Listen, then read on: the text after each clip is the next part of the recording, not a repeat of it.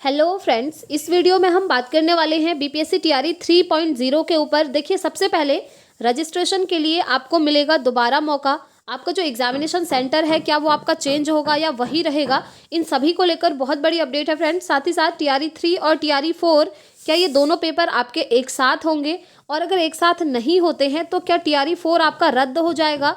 आप क्योंकि अगर टीआरई 3 चुनाव के बाद होता है फ्रेंड्स, तो टीआरई 4 कब होगा, फिर तो अगस्त में हो ही नहीं सकता, तो इसका क्या होगा। ठीक है, साथ ही साथ हम बात करने वाले हैं भाषा अर्हता को लेकर के, क्योंकि देखिए अभी पटना हाईकोर्ट में याचिका दायर हो चुकी है भाषा अर्हता और सप्लीमेंट्री रिजल्ट को लेकर। तो चलिए फ्रेंड्स, सारी चीज़ें हम डिटेल में जान लेते हैं वन बाय वन। देखिए, सबसे पहले हम बात कर लेते हैं, क्या आपका रजिस्ट्रेशन दोबारा से होगा, क्योंकि रजिस्ट्रेशन और फॉर्म फिलअप तो आप पहले ही कर चुके हैं 1 to 5 और 6 to 8 का, है ना।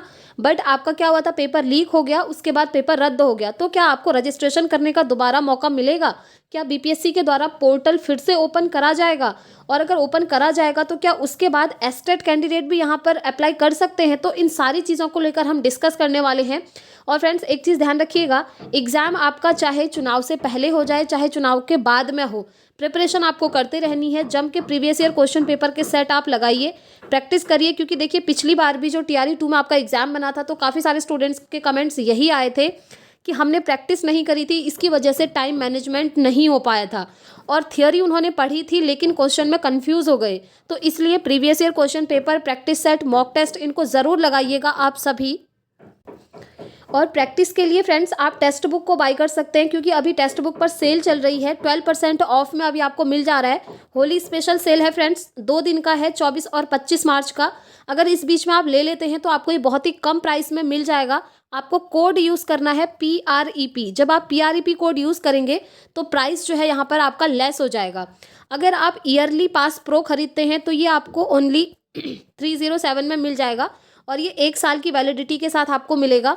और अगर आप लाइफ टाइम वाला परचेज करते हैं ना friends, text book pass pro, तो ये आपको मिल जाएगा ओनली 439 रुपीज़ में। और ये जो लाइफ टाइम वाला पास प्रो है, इसकी वैलिडिटी रहती है 3 ईयर। तो फ्रेंड्स, मैं आपको यही सजेस्ट करूंगी कि आप ये लाइफ टाइम वाला पास प्रो बाई कर लीजिए, क्योंकि अभी बहुत ही अच्छे डिस्काउंट के साथ आपको मिल रहा है। अगर आपको ये बाई करना है फ्रेंड्स, तो मैंने लिंक डिस्क्रिप्शन बॉक्स में दिया है, आप वहाँ जाकर इसको बाई कर सकते हैं। और जम के वहाँ प्रैक्टिस सेट लगाइए, प्रीवियस ईयर क्वेश्चन पेपर लगाइए, खुद को एसेस करिए, और अगर आप चाहें तो उन सभी को डाउनलोड करके भी अपने पास रख सकते हैं। तो देखिए, अगर हम बात करें कि आपको रजिस्ट्रेशन करने का दोबारा से मौका मिलेगा, पोर्टल ओपन होगा, क्या चीज़ें होंगी, तो देखिए फ्रेंड्स, अभी तक बीपीएससी ने कुछ भी क्लियर नहीं करा है। जब तक बीपीएससी के अंदर बैठे अधिकारी यहाँ पर नहीं मिल जाते, क्योंकि ईओयू की टीम अभी जांच में जुटी हुई है, और ये भी उन्हें प्रूफ मिला है कि बीपीएससी के अधिकारी भी इसमें कुछ मिले हुए हैं। तो अभी ये चीज़ कुछ नहीं कहा जा सकता कि आपका एग्जामिनेशन सेंटर कहाँ होगा, रजिस्ट्रेशन अगेन होगा या नहीं होगा, या फिर एस्टेट अपीयरिंग भी इस बार फॉर्म फिलअप कर लेंगे टीआरई 3 में। तो अभी तक ऑफिशियल कुछ भी नहीं आया है फ्रेंड्स। और जहाँ तक बात रही एग्जामिनेशन सेंटर की, तो अब ये आपका चेंज होगा। जी हाँ, बहुत कुछ चीज़ें चेंज हो सकती हैं, आपकी टाइमिंग भी चेंज हो सकती है, क्योंकि अब पूरी प्रोसेस आपकी नए तरीके से चलने वाली है। क्योंकि बहुत बड़ा खुलासा आपके सामने हुआ है, आप जानते ही हैं, पेपर छपने से पहले ही पेपर लीक हो चुका था, बच्चों को पेन ड्राइव में मिल चुका था पेपर, आप सोच सकते हैं। तो इस लेवल तक यहाँ पर ये चीज़ें हुई हैं, इसलिए ये एग्ज़ाम कब होगा ये कहना भी अभी मुश्किल है। टीआरई 3 कब होगा, टीआरई 4 कब होगा, और अगर टीआरई 3 में लेट होता है तो टीआरई 4 का क्या होगा। क्या टीआरई 3 और टीआरई 4 दोनों एक साथ कंडक्ट करवाए जाएंगे। तो ध्यान से सुनिए फ्रेंड्स, ये तो कभी भी पॉसिबल नहीं होगा कि टीआरई 3 और टीआरई 4 दोनों एक साथ हो रहे हैं, ऐसा कभी नहीं होगा। एक ही पेपर होगा आपका, वो होगा अभी टीआरई 3।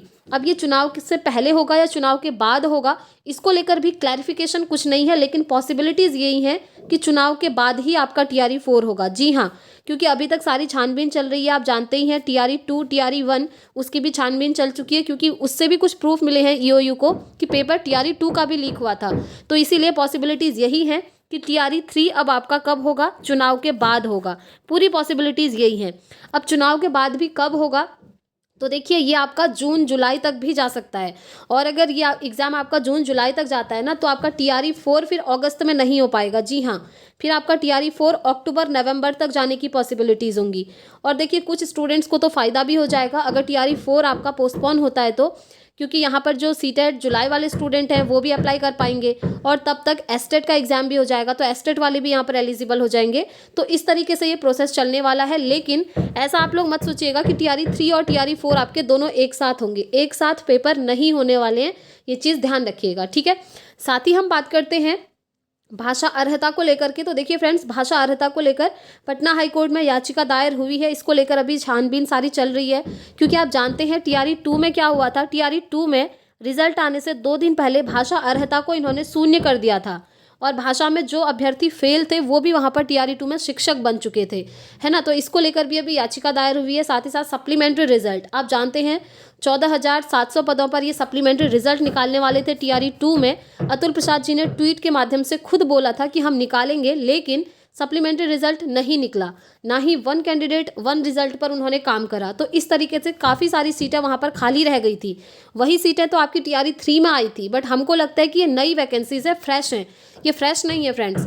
वही होता है, कोई एक स्टूडेंट है, अगर वो 3 जगह एलिजिबल हो रहा है तो वो तीनों जगह फॉर्म फिलअप करेगा, और 3 जगह फॉर्म फिलअप किया, अगर तीनों जगह उसका सिलेक्शन हो गया तो वो ज्वाइनिंग तो सिर्फ एक ही जगह करेगा, फिर बची हुई 2 सीटें खाली हो गई। तो इस तरीके से ये सारी सीटें आपकी ऐड ऑन होकर के TRE 3 में आई थी। तो इसीलिए इस बार अब ये कहा जा रहा है कि मांग चल रही है TRE 3 में सप्लीमेंट्री रिजल्ट निकलना चाहिए, जो कि बिल्कुल सही बात है। और साथ ही साथ अगर हम एज रिलैक्सेशन की बात करें तो देखिए, एज रिलैक्सेशन इस बार इन्होंने बिल्कुल भी नहीं दिया है, लेकिन TRE 2 में दिया था।